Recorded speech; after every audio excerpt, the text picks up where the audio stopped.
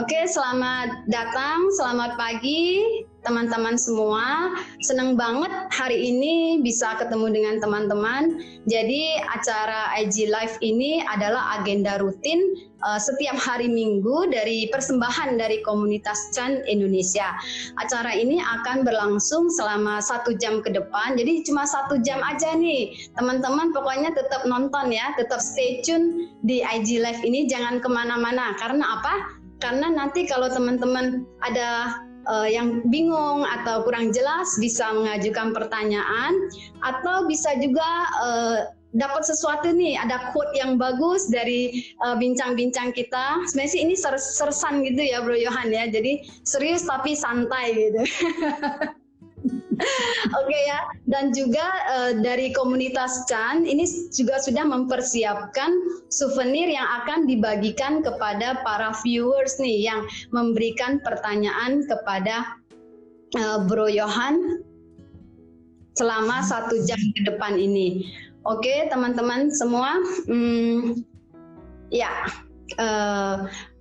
dan juga kita hari ini akan membahas satu topik yang menurut saya itu sangat menarik, adalah melihat ke dalam. Tentunya pada penasaran ya, topik ini apa sih gitu, bincang-bincang seperti apa yang akan kita lebih lanjut akan kita ngobrol dengan Bro Yohan. Apa sih itu melihat ke dalam, apa sih yang harus dilihat, bagaimana caranya gitu.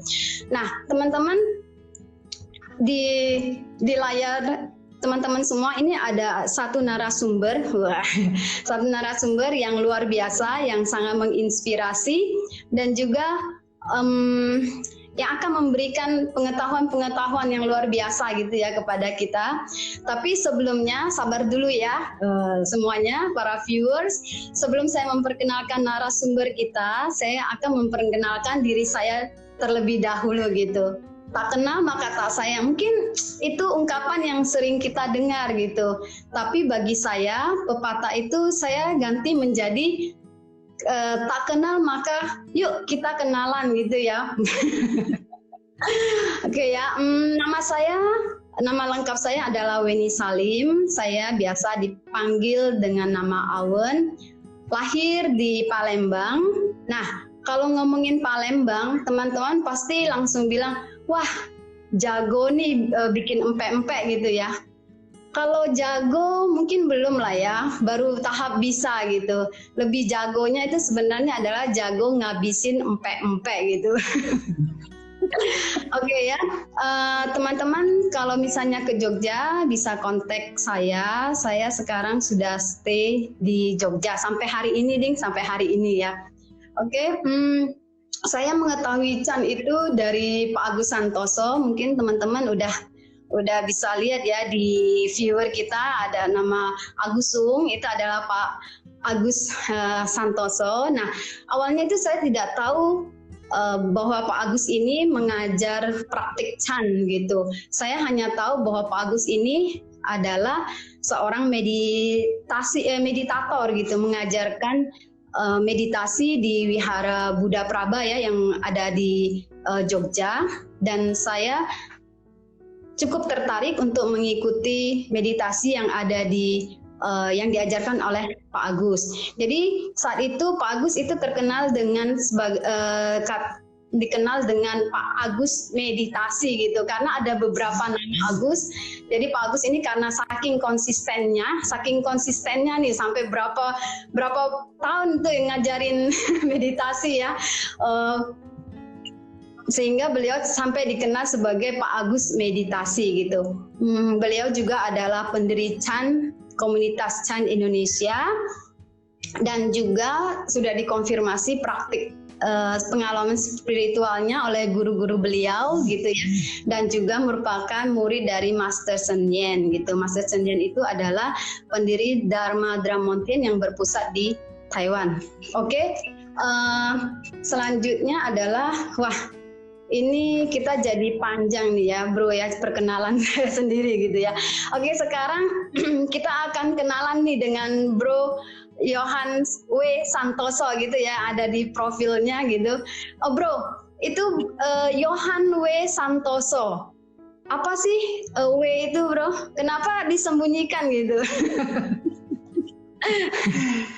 Sebenarnya W itu saya singkat, sebenarnya itu nama saya itu arti bukan artinya ya, kepanjangan dari Wahyudi. Ya. Oh, Wahyudi. Jadi, nama saya itu sebenarnya Yohan Wahyudi Santoso. Nah, itu. Dan bukan Yohan Winnie Tepuh Santoso loh ya. Winnie Tepuh. Kayaknya kena dengan polar bear juga ya di komunitas Chan ya, karena Bro Yohan ini bawaannya santai, ketawa terus, tidak pernah marah gitu ya Bro ya. Jadi teman-teman harus banyak belajar nih dengan Bro Yohan ya. Oke, Bro, jadi gini, waktu saya share profil ini, profil kita adalah praktisi Chan gitu ya. Nah, teman-teman ini pada feedbacknya pada nanya ke saya, Bu Awen, itu Chan itu apa sih maksudnya gitu, dan praktisi Chan, nah apa yang dimaksud dengan praktisi Chan gitu. Jadi mungkin Bro Yohan bisa cerita sedikit tentang apa sih itu Chan, praktisi Chan itu apa, dan juga kenapa Bro Yohan bisa tertarik dengan praktek Chan ini. Silakan Bro. Sebenarnya Chan itu berasal dari kata Dhyana artinya itu meditasi. Nah, kata Dhyana ini asalnya dari bahasa Sanskerta, yaitu yang tadi saya bilang itu artinya adalah meditasi. Nah, nah, kalau kenapa kok saya sampai suka atau sampai menjalankan praktek meditasi ini sendiri, itu sebenarnya awalnya itu saya dulu diawali dari karena saya ini pernah mengalami gangguan kecemasan dan juga pernah mengalami depresi. Nah, gitu ya. Dan berapa lama itu, Bro? Itu sekitar antara 2 tahun lebih saya nggak bisa bekerja karena saya benar-benar waktu itu dalam kondisi yang terpuruk. Terpuruk ya. Dan saya menemukan mengapa saya berlatih dan saya suka sekali dengan Chan, karena menurut saya Chan itu manjur. Manjur ya? Manjur. Kalau orang Jawa ngomong cesplong gitu. Kayak iklan ya Bro ya? Ya, jadi saking cesplengnya dia itu langsung impact-nya itu langsung. No basa-basi gitu ya? No basa-basi. Dan saya setelah menjalani, dulu saya sampai ke dokter, ke psikiater apa segala macam, malah jadi nggak karu-karuan. Itu pengalaman saya pribadi, ini tolong jangan disamakan dengan yang lain. Dan kemudian setelah saya merasakan tidak ada perkembangan lewat jalur medis, maka saya mulai untuk bermeditasi. Dan ajaibnya, dalam 2 tahun keterpurukan saya, itu setelah saya mulai meditasi kira-kira 1 minggu. 1 minggu itu ya? Semuanya itu sudah berkurang jauh. Dan kemudian ketika saya sudah melanjutkan meditasi, meditasi itu selama 3 minggu, gangguan kecemasan saya itu sudah tidak kembali lagi. Dan ini sangat-sangat luar biasa bagi saya. Nah, kenapa? Karena sekian lama, karena Bro Yohan udah sekian lama, selama 2 tahun udah treatment kali ya, ke dokter, kemana, tapi kok tidak mengalami perbaikan gitu ya, yang signifikan gitu ya. Ya, karena yang seperti kita tahu juga bahwa gangguan mental yang dialami oleh Bro Yohan waktu dulu gitu ya Bro ya. Waktu dulu itu juga banyak yang tidak menyadarinya gitu. Ke dokter, rasa-rasanya ke dokter bilang semua baik kok gitu. Jadi orang-orang juga tahu sebenarnya mereka tuh punya masalah gitu ya. Tapi setelah dicek kesehatannya ternyata ya tidak ada apa-apa, tapi orang tersebut sendiri tuh tahu bahwa dia tuh tidak ada sesuatu yang dialaminya, tapi orang lain kan setelah dicek tidak ada, jadi bingung sendiri gitu ya Bro ya. Dan ini memang terjadi di Indonesia itu kalau menurut riset itu setiap tahun tuh ada 2 juta orang nih Bro yang mengalami hal tersebut gitu ya. Oke, dan sungguh beruntung banget. Jadi Bro Yohan bisa kenal dengan Chan, bisa praktik meditasi sehingga gangguan mental yang dialami itu berangsur-angsur menjadi baik gitu ya. Hanya dalam waktu tadi 1 minggu ya Bro ya. Wah, luar biasa nih. Oke, Bro, mungkin perkenalannya cukup segitu ya. Kalau enggak nanti habis ini waktunya. Kita balik ke topik kita gitu ya. Nah, melihat ke dalam nih Bro, ini satu topik yang sangat menarik kalau kita lihat. Itu menurut Bro Yohan apa sih maksudnya melihat ke dalam gitu? Dan apa sih yang dilihat? Terus bagaimana cara melihatnya gitu? Ya. Pertama-tama kita batasi dulu lingkupnya ya, karena meditasi ini kan sangat luas. Jadi ini yang saya ceritakan ini adalah lingkup, di mana lingkup itu adalah sebatas praktek saya. Jadi saya tidak akan membahas yang bentuk-bentuk dari meditasi karena itu banyak sekali, dan apa yang saya ceritakan di sini itu adalah apa yang saya praktekkan. Nah, seperti itu. Sebenarnya yang dibilang melihat ke dalam itu adalah sebenarnya menyadari apa yang sebenarnya terjadi pada diri kita sendiri. Nah, hal ini sangat penting bagi saya karena sebelumnya saya itu perhatiannya selalu tertuju keluar. Nah, saya tidak pernah menyadari apa yang sesungguhnya terjadi pada diri saya sebelum saya mengenal meditasi. Nah, setelah saya mulai mengenal meditasi, saya mulai berusaha melihat apa yang terjadi di diri saya. Hal ini sangat membantu saya untuk akhirnya menjadi sadar. Nah, contohnya seperti ini. Sebelumnya saya ini selalu dalam kondisi kebingungan. Kebingungan karena saya ini selalu bereaksi atas segala sesuatu yang stimulus dari luar.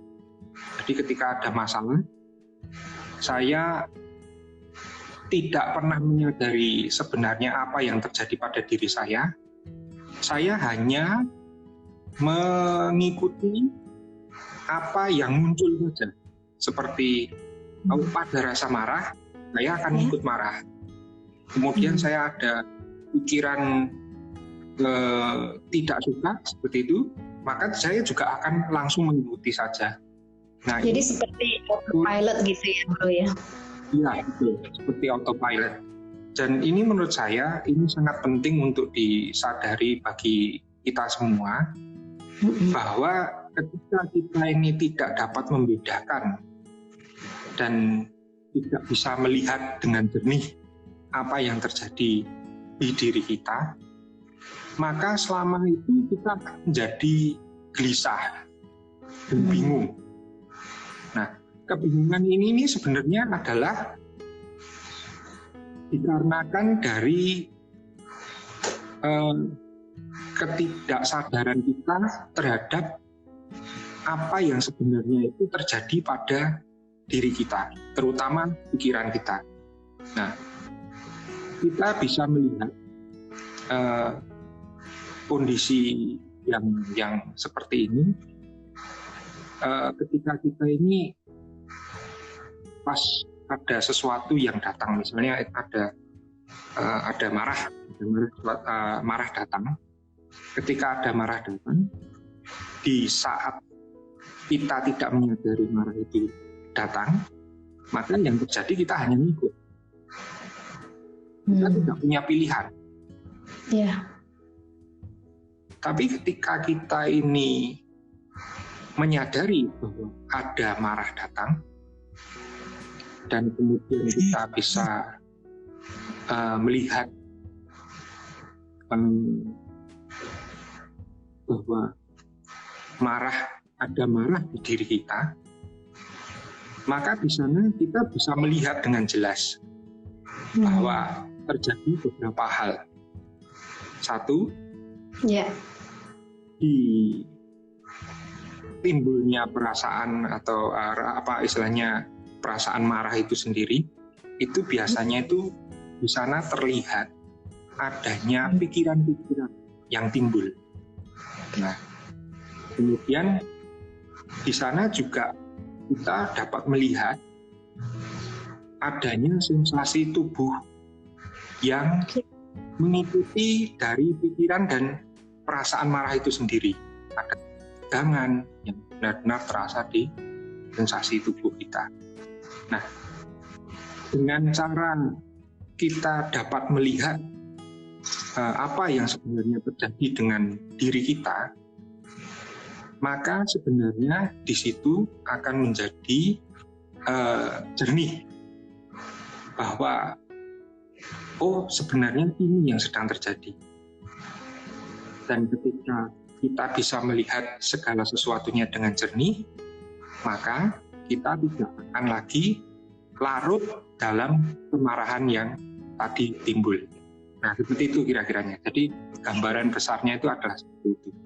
Ini kenapa penting untuk kita melihat dan menyadari sebenarnya apa yang terjadi di diri kita. Iya, berarti jadi kita harus sadar gitu ya bro ya, harus sadar pikiran apa yang muncul.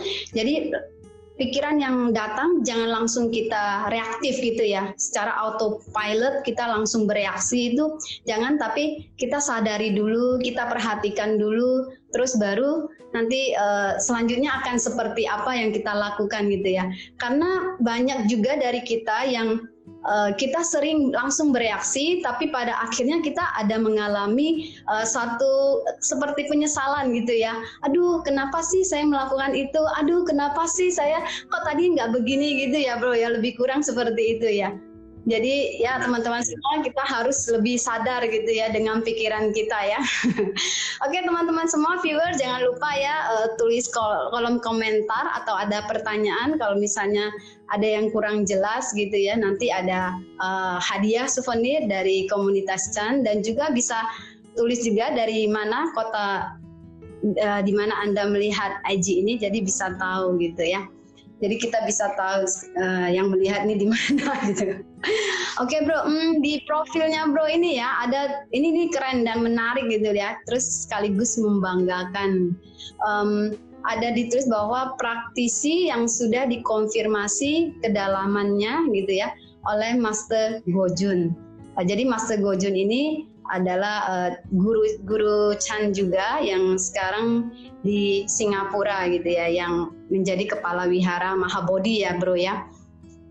Oke, dan juga saya kenal Bro Yohan ini juga pada saat retret yang dipandu oleh Master Gojun juga. Jadi kenalnya juga waktu retret di bulan Desember 2019 gitu.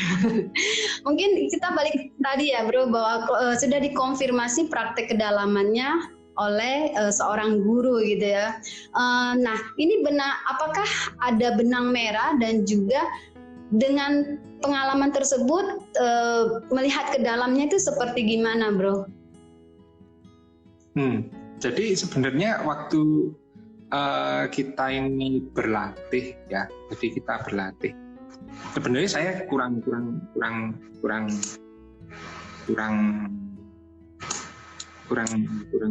pas dengan kata berlatih. Saya lebih suka dengan kata praktek. Praktek itu lebih. Jadi ya praktek itu jadi lebih kalau kata berlatih itu kayaknya kesannya kita ini berlatih dulu untuk menghadapi sesuatu nanti. Jadi gitu ya? ada satu persepsi kok kayaknya seperti itu, nah gitu. Nah tapi kita pasang kuda gitu ya? Nah betul. Nah kalau kita ini punya satu pemahaman berlatih itu adalah seperti itu, maka akan nanti jadinya malah jadi gelisah karena kita ini seakan-akan mempersiapkan sesuatu untuk menghadapi sesuatu. Jadi kita ini selalu yang tadi kayak si Sawen bilang tadi, selalu kita dalam posisi kayaknya mau melawan pasang kuda-kuda gitu kan. Nah itu jadi malah gelisah terus. Nah tapi saya lebih suka dengan kata praktek. Kalau praktek ini sebenarnya itu adalah sesuatu yang continue, terus-menerus. Jadi istilahnya itu tidak lagi mempersiapkan diri untuk sesuatu yang di depan, tapi saat ini kita melakukan itu. Nah, jadi kita ini sebenarnya ada penderitaan, itu tuh bukan nanti, tapi sebenarnya di saat ini kita sudah menderita. Dan segala sesuatunya itu kita lakukan, praktek kita itu ya saat ini. Kita akan mencari tahu apa benar, apakah bisa kita ini terbebas dari penderitaan. Jadi istilahnya itu kita langsung hari ini, saat ini kita melakukan itu terus. Kita akan cari tahu terus menerus. Nah, jadi kita akan bukan untuk mempersiapkan diri, tapi istilahnya kita akan mencoba langsung. Nah, hal ini akan jauh membuat kita ini lebih baik. Jadi itu adalah pengalaman langsung. Ya, jadi istilahnya kalau memang nggak bisa, kita bisa tahu nggak bisanya kenapa. Kalau memang bisa, oke, jadi itu akan menjadi satu pengetahuan. Jadi istilahnya gini baik, gini nggak baik. Jadi itu akan terus kan itu. Karena hidup kita itu bukan nanti, hidup kita itu sekarang. Ya, kita akan terus cari tahu terus. Jadi ada satu kesinambungan yang terus menerus seperti itu. Nah itu. Dan kemudian tadi kayaknya nanya mengenai benang merahnya, mengenai melihat ke dalam tadi ya, gitu ya. Iya, betul. Sebenarnya betul. Dengan adanya kita ini mempraktekkan apa yang sebenarnya menyadari apa yang terjadi di dalam diri kita, sebenarnya itu kita merupakan praktek itu sendiri. Jadi selalu sadar, selalu iling ketika ada perasaan muncul, jadi kita tidak langsung mereaksi, kita akan memberikan jeda. Nah, sebenarnya saya suka dengan kata-kata jeda ini karena guru-guru kita itu selalu bilang bahwa kamu beri jeda. Nah, jeda itu sendiri itu sebenarnya sudah mengandung seluruhnya. Mengandung seluruhnya itu adalah ketika kita memberikan jeda, di sana itu sebenarnya sudah terkandung satu kualitas kesadaran, keawasan akan apapun yang disajikan oleh pikiran kita. Nah, ketika kita tidak pernah mempunyai jeda di dalam hidup kita, jadi kita ini langsung gitu ya, ada sesuatu apa kita langsung bereaksi, langsung kita sambut dengan reaksi. Nah, selama itu kita tidak akan pernah bisa menyadari sebenarnya apa sih yang terjadi pada diri kita sendiri. Dan itu sebenarnya seperti lingkaran yang tidak pernah ada habisnya. Jadi yang tadi Susawan katakan bahwa kalau kita ini bereaksi, tahu-tahu nanti buntutnya kita menyesal, kan seperti itu. Betul. Nah, dengan adanya jeda, kita memberikan jeda, kita melihat bahwa di dalam jeda itu sendiri itu ada suatu keawasan akan sesuatu yang muncul dari dari pikiran kita. Misalnya, apakah itu adanya pikiran yang muncul, nah, ataupun adanya perasaan yang muncul, nah, ataupun juga mungkin sensasi tubuh yang muncul. Nah, tiga hal ini kita dapat menyadarinya karena dari tiga hal ini sebenarnya itu sifatnya itu masih sedikit agak kasar. Jadi kita ini benar-benar langsung bisa melihat dengan jelas. Nah itu. Nah kira-kira seperti itu karena kalau diterusin nanti habis waktunya. Jadi faktor eksternal datang, kita sadar, terus kita memberi jeda dulu gitu ya bro ya. Terus kita perhatikan pikiran kita. Ada tiga hal tadi itu ya, pikiran kita, perasaan kita, dan sensasi tubuh yang harus kita perhatikan. Baru nanti kita bereaksi agar tidak menimbulkan kegelisahan dan kebingungan gitu ya. Betul. Betul ya. Karena segala sesuatu yang kita adanya perasaan, adanya timbulnya perasaan, suatu perasaan itu selalu diikuti dengan pikiran. Sorry tadi gimana dong? Nah, ketika contoh adanya satu perasaan muncul suatu perasaan, itu biasanya itu ada juga pikiran di sana. Oh, oke. Dan kemudian pasti juga ada sensasi tubuh yang mengikuti. Otomatis ya itu ya bro ya? Itu otomatis. Dan ketika kita bisa menyadari seluruhnya, maka kita ini menjadi sadar segala sesuatu di diri kita ini bisa terlihat secara jernih. Sebenarnya apa sih yang terjadi? Nah, melihat itu adanya di jeda. Tanpa jeda itu mustahil untuk bisa dilihat. Jadi kita akan memberikan jedanya ini. Nah, jadi sehingga ketika kita memberikan jeda, maka di sana akan ada suatu kesadaran dan tidak langsung asal bereaksi. Nah, di kesadaran itu sendiri akan memberikan kita ini pilihan untuk aku nggak perlu mengikuti ini karena ini hanya pikiranku, ini hanya perasaanku, ini hanya sensasi tubuhku. Jadi seperti itu.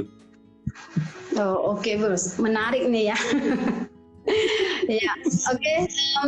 Mungkin kita akan sapa dulu nih para viewer kita ya. Jadi sebelumnya sapa, mungkin saya akan menginformasikan dulu bahwa komunitas Chan yang ada di Indonesia itu terbuka untuk umum gitu ya. Terbuka untuk umum, untuk semua golongan boleh datang. Cuman biasanya ada sitting group di tiap-tiap kota ya. Kita ada lebih kurang sekitar ada di 13 kota, ada di Jakarta, di Jambi, di Jogja gitu, di Medan, di Riau, di kota-kota lain nanti mungkin bisa lihat, nanti ikutin IG Chan Medan, Chan Indonesia gitu ya. Terus juga sekarang mari kita nyapa nih yang ada di viewer kita. Ada Dewi dari Medan. Iya, Pak Agus tadi juga ada cici saya Juniarti Salim. Saya suruh keluarga saya untuk nonton nih. Banyak juga yang dari Palembang. Nanda juga ada ini tadi sepertinya saya ada lihat.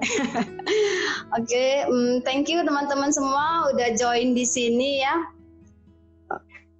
Ya, ada ini juga nih Aon dari Jogja juga. Oke. Ya, ini kita lihat ada pertanyaan nih, Bro. Dan juga ada quote bagus. Ada dari ini juga. Ipar saya Ali Yugo dari Jakarta. Wah, thank you udah pada nonton. Nah, ini dari Sydney nih, Samsia. Wah, excited banget. Jadi nggak boleh malu-maluin ini, Bro. Oke ya, kita lihat pertanyaan mungkin yang paling paling atas kali ya. Paling atas dulu sebentar. Oke, sorry. Atau yang kelihatan lah ya, mungkin nanti kelamaan gitu. Ini dari Bapak Agusman Surya. Pak Agusman Surya kalau nggak salah alumni GMCBP ya Pak, yang ada di Jakarta gitu, kalau benar ya.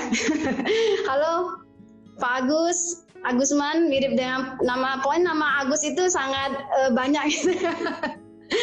Ini ada ditanyakan dulu, apa bedanya pikiran, perasaan, dan sensasi tubuh yang mengikuti? Bisa berikan contoh? Nah, sebenarnya kalau kita mau melihat ini awalnya jadi adanya pertanyaan itu menandakan bahwa ini persis seperti saya alami dulu. Alami dulu. Jadi saya nggak mampu, saya tidak mampu untuk membedakan apa sih sebenarnya yang dinamakan pikiran atau perasaan atau sensasi tubuh. Yang saya tahu waktu dulu ya cuma marah ya sudah marah, pokoknya ikut marah gitu kan. Nah tapi sebenarnya kalau kita mau melihat benar-benar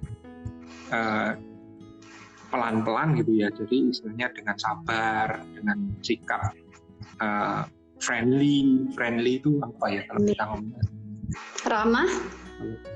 Ramah gitu lebih baik gitu kan. Jadi dengan ramah itu kita approach-nya itu dengan sikap ramah itu terhadap marah itu, ada marah datang, begitu kita itu approach-nya itu satu, tidak menolak, jangan menolak dulu, karena kalau kita menolak itu artinya itu kita akan jadi tambah marah. Nah, gitu. Nah, pertama kita akan lihat, biarkan dulu. Ketika kita ada marah itu muncul, kita berikan jeda.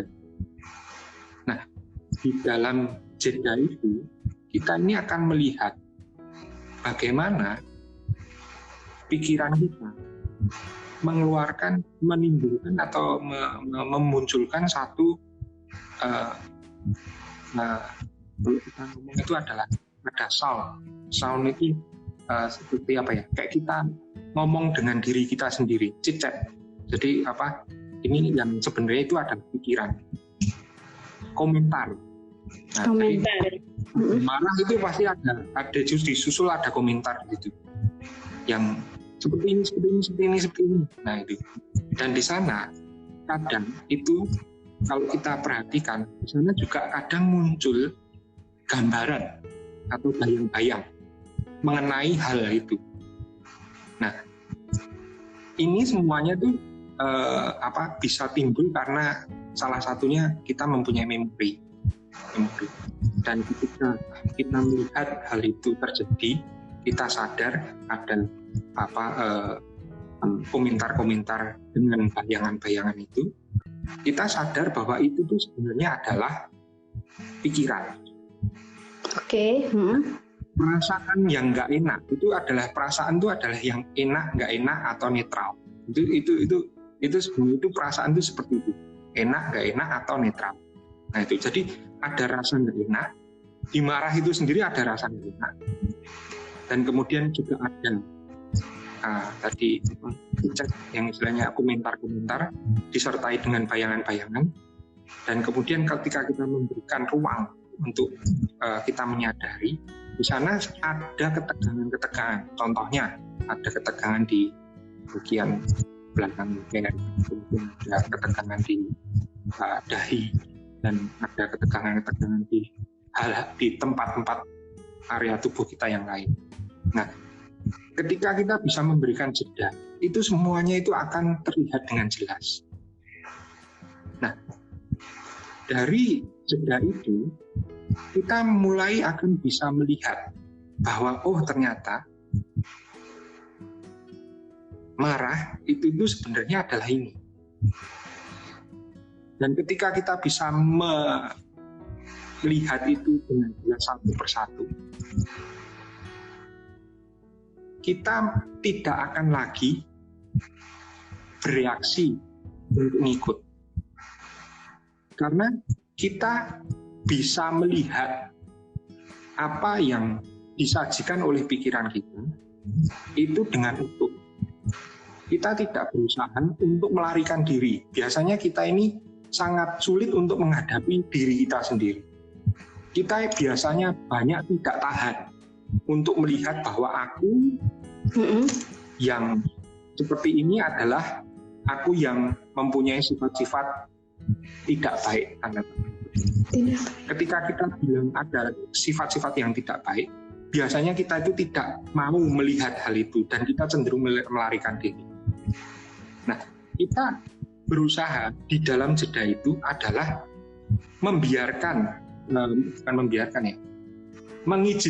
Saya lebih suka dengan kata mengizinkan untuk semuanya itu dapat berlangsung dan disajikan apa adanya.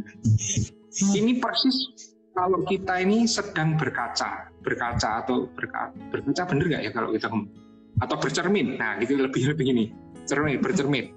Ketika kita melihat sebuah cermin, kita ini bisa melihat bayangan kita itu tersaji sepenuhnya utuh, tidak dikurang-kurangi. Nah, seperti itu. Ini persis dengan kalau kita sedang memberikan jeda di diri kita. Ketika kita memberikan tidak melarikan diri dari hal-hal seperti ini, maka semuanya itu akan menjadi jelas. Nah, di kejelasan ini akan menimbulkan satu adalah rasa bisa menerima. Kalau orang Jawa bisa menerima itu apa? Bisa menerima, acceptance. Nah itu, oh bahwa aku adalah itu adalah aku. Aku tidak terpisah dari itu adalah aku. Dan ketika kita melihat dengan jelas hal ini terjadi, di sana akan timbul rasa welas asih. Welas asih dalam artian saya melihat diri saya yang sedang kesakitan. Ada rasa tidak terima, ada rasa marah, ada rasa ganas, ada apa, semua itu kita lihat.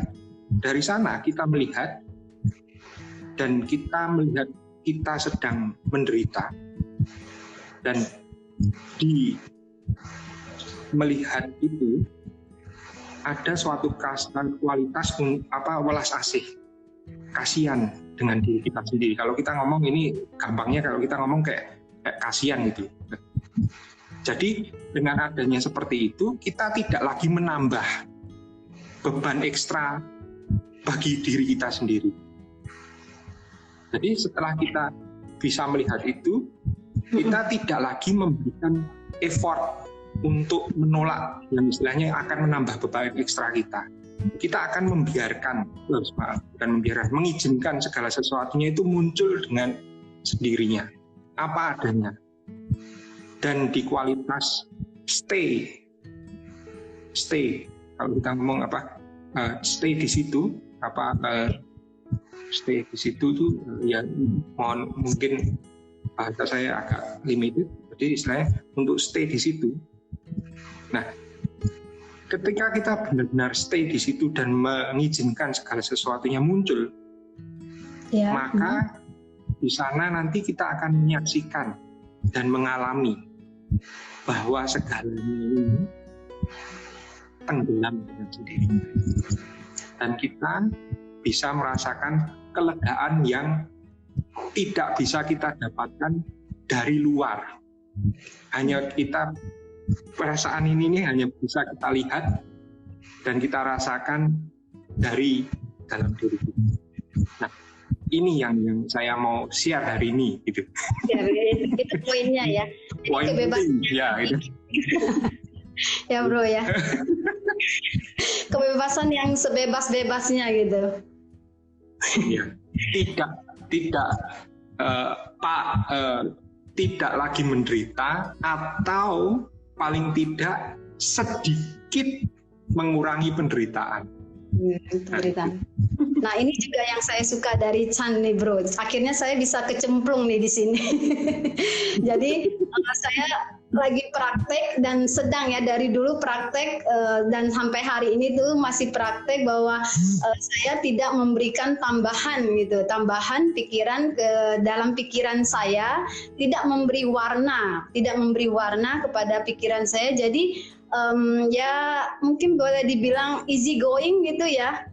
Jadi ya itu akhirnya yang membuat, tapi easy goingnya yang positif ya, jangan apa-apa cuek aja lah, nggak mau ini nggak mau itu salah juga gitu. Dan bagi saya itu ya akhirnya membuat saya jatuh cinta gitu ya, tak bisa ke lain hati kayak judul lagu. Senang dengan Chan dan akhirnya ya saya masih praktek terus sih untuk hal itu gitu ya, karena kan orang bilang nih hidup ini sudah sulit, jadi jangan ditambah-tambahin deh dengan hal yang nggak penting gitu. Bro ya. Oke, ini sebenarnya banyak banget loh pertanyaannya bro, ada dari Dewi Medan. Oke, sorry. Ini ada beberapa pertanyaan yang sama kalau saya lihat gitu ya. Bentar. Ini oke, ini ada yang sama tentang metode. Tadi saya ada baca itu adalah tentang metode. Untuk praktisi awam itu bagusnya itu metode yang seperti apa yang kita pakai. Terus juga nah ada juga gini, jadi kalau misalnya nih kita marah-marah terus, gimana cara menyiasatinya ya? Mungkin tadi sudah diinfo ya bahwa kita memberi jeda dulu ya, jangan langsung reaktif gitu. Terus juga ada, nah bagaimana? Nah ini bro, setelah kita tahu nih memberi jeda, tapi terus bagaimana bila kita sudah tahu bahwa hal ini yang men-trigger kita marah atau emosi, tapi diri kita kena lagi, itu gimana solusinya gitu? Ini dari Diana Dewi ya, Cidewi dari Cianjur, oke? Oke, jadi pertama-tama tadi Sis Awen bilang mengenai metode bagi orang awam, kan seperti itu ya.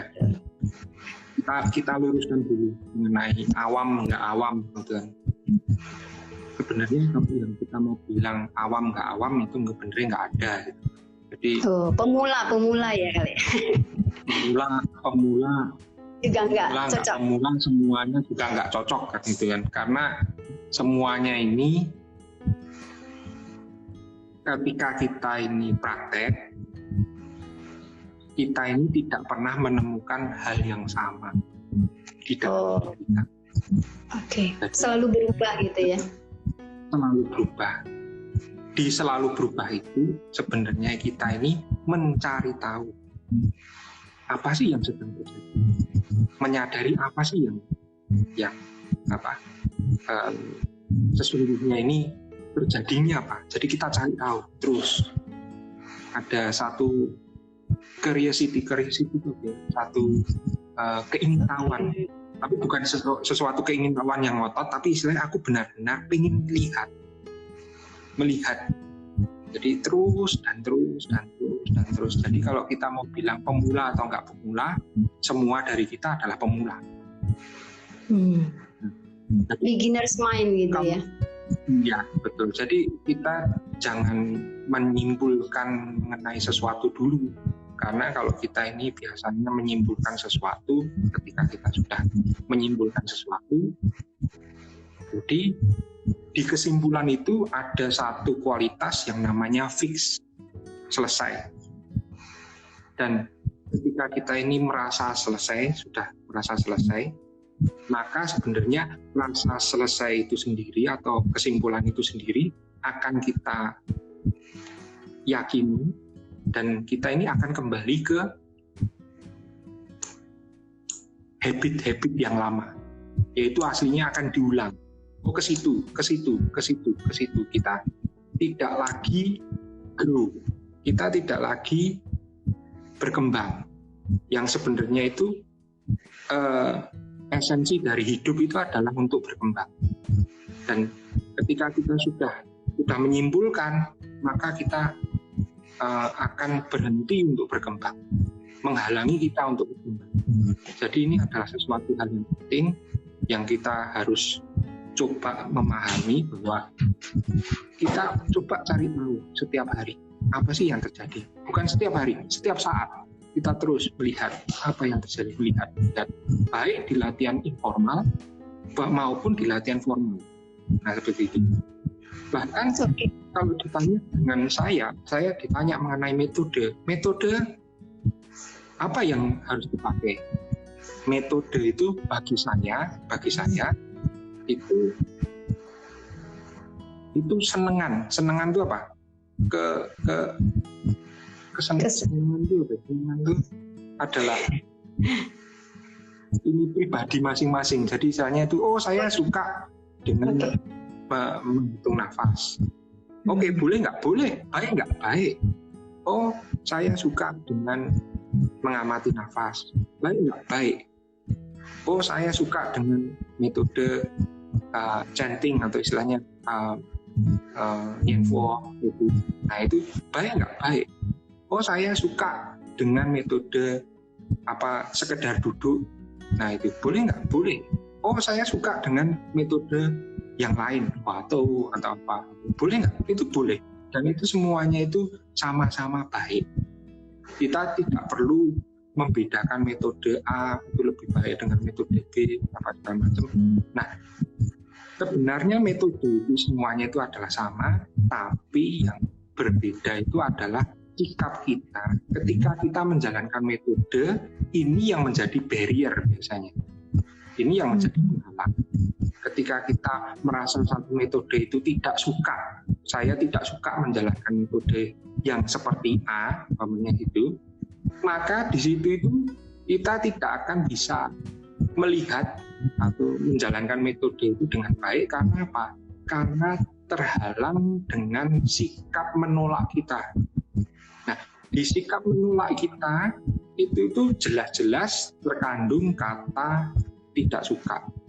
Tidak suka itu sendiri itu ada satu usaha untuk menolak. Di adanya usaha untuk menolak, di sini itu ada kegelisahan. Ini yang membuat kita menjadi sulit untuk mengaplikasikan metode. Bukan metodenya yang jelek, tapi sikap kita yang menghalangi kita untuk bisa mengakses metode itu dengan baik. Benar itu. Oke, jadi attitude itu penting ya, Bro, dalam praktek. Sangat penting. Dan attitude itu salah satu dari kuncinya. Karena sebaik apapun kita menjalankan metode, kalau attitude kita tidak dalam tanda petik tidak kalau kita ngomong tidak legowo gitu, istilahnya tidak berbesar hati, membuka, atau kita ini menjadi semakin tertekan atau semakin ini akan menghalangi diri kita sendiri. Nah, jadi ini yang kita coba untuk koreksi. Jadi istilahnya bukan koreksi ya. Jadi ini kita coba untuk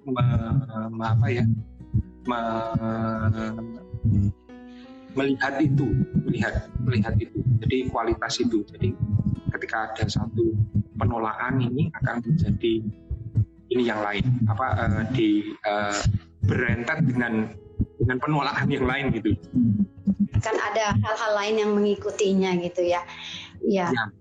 memang jadi kita memang harus praktek terus ya, walaupun ya, kita belum komit yang sekian lama panjang gitu, misalnya langsung 3 jam atau 4 jam gitu mungkin, tapi kita mulai dari hal-hal yang komit yang kecil dulu ya, misalnya dalam 1 hari cukup 5 menit, terus nanti 1 minggu kemudian 10 menit gitu ya, karena kalau sudah kita mulai nanti otomatis hal-hal besar itu akan mengikutinnya gitu. Oke, ini dari viewer kita ini sebenarnya banyak loh bro tanya tentang emosi gitu ya. Berarti sepertinya talk show berikutnya bisa tentang emosi gitu. Ini juga nih jarang nih ada yang lihat nih kok Toguan Wong, Pak Toguan ya dari Jogja ya. Wah banyak, ini juga dari Palembang juga ada Huichen, oke, dari Sequis juga. Ini Sequis dari mana ini? Jakarta mungkin ya. Oke. Ini ada dari Jasmiko. Jasmiko menanyakan juga lagi tentang emosi gitu. Nah ini tadi Bro Yohan juga ada tentang bahwa tentang melihat gitu ya, memberi jeda, terus kita lihat secara langsung. Nah tapi nanya dong buat awam, bagaimana cara kita mengenali itu sebagai emosi itu sebagai suatu anger atau kemarahan itu gimana dalam artian latihannya selain pakai ilmu cermin gitu bro. Mungkin singkat saja karena waktu kita sudah terbatas ya, tinggal beberapa menit lagi, sama mungkin bisa closing statement sekalian gitu Bro Yohan. Oke, sebenarnya intinya itu adalah pengalaman Bro Yohan sebelumnya. Pengalaman saya, kita ini satu, jangan terlalu melabel segala sesuatu. Oke. Itu yang mau dibilang anger atau tidak anger atau apa yang tahu itu kita. Betul. Yang merasakan itu kita. Iya. Jadi tidak perlu kita itu mencari definisi, karena di situ tidak ada plan namanya, tidak ada papan namanya bahwa ini itu. Kita benar-benar adalah direct experience. Saya mengundang teman-teman untuk mengalami hidup, enak nggak enak, ada apapun, semuanya ini adalah hidup. Nah, jadi hidup kita yang kita harus lihat, yang kita harus alami, dan kita nggak perlu lari, karena kita ini hidup itu ya semuanya, suka nggak suka, enak nggak enak, senang nggak senang, dan semuanya ini adalah hidup. Tanpa satu hilang bagian itu sebenarnya sudah bukan hidup. Itu namanya lebih cenderung untuk berkhayal, karena hidup itu tidak mungkin bisa terus-terusan di satu kondisi, up and down semuanya. Kalau kita bilang up, kita bilang down, sebenarnya tidak ada up, tidak ada down, hanya seperti itu.